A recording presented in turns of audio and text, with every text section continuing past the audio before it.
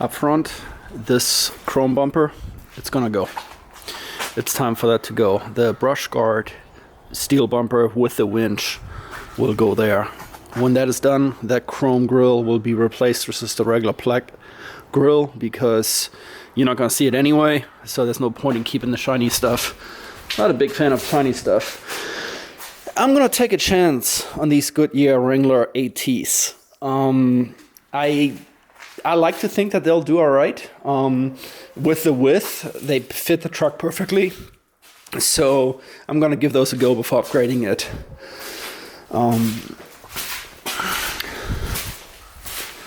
In the back, the steel bumper is also gonna be replaced with a black steel one. Well, I don't think it's even steel. I think whatever Ford uses, but that's gonna go away. On the inside,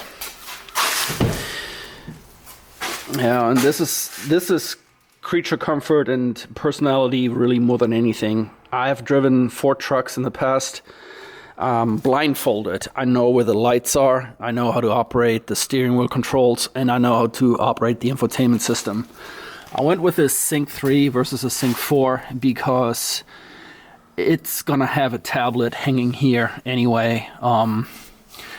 You know, if Ford were to use an Android OS or any kind of OS that would use would have the ability to download apps like Gaia and such, that would be a game changer. At that point in time, if I had the ability to just download apps and run it like a Android OS would, I would consider getting that infotainment system.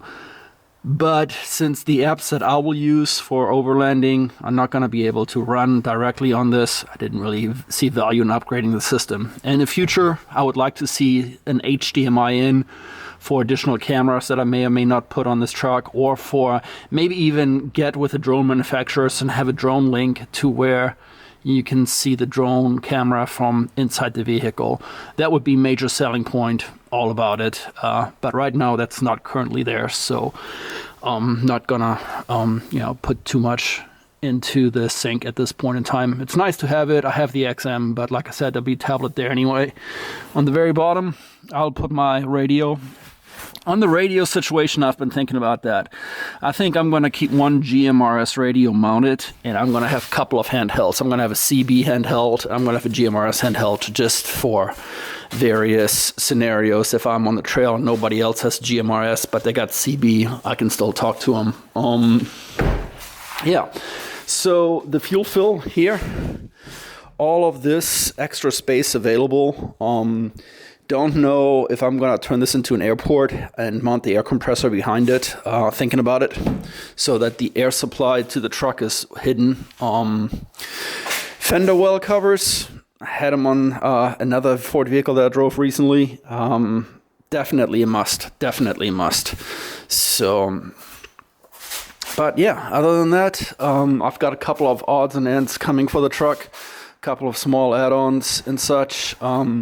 And I will update the channel as I install them and put them in place. But yeah, it's a basic 350. Is antimatter blue. Love the color of the truck, and nothing special yet about it. I will put a roof rack on it once I get the camper top, so I will detail the installation there.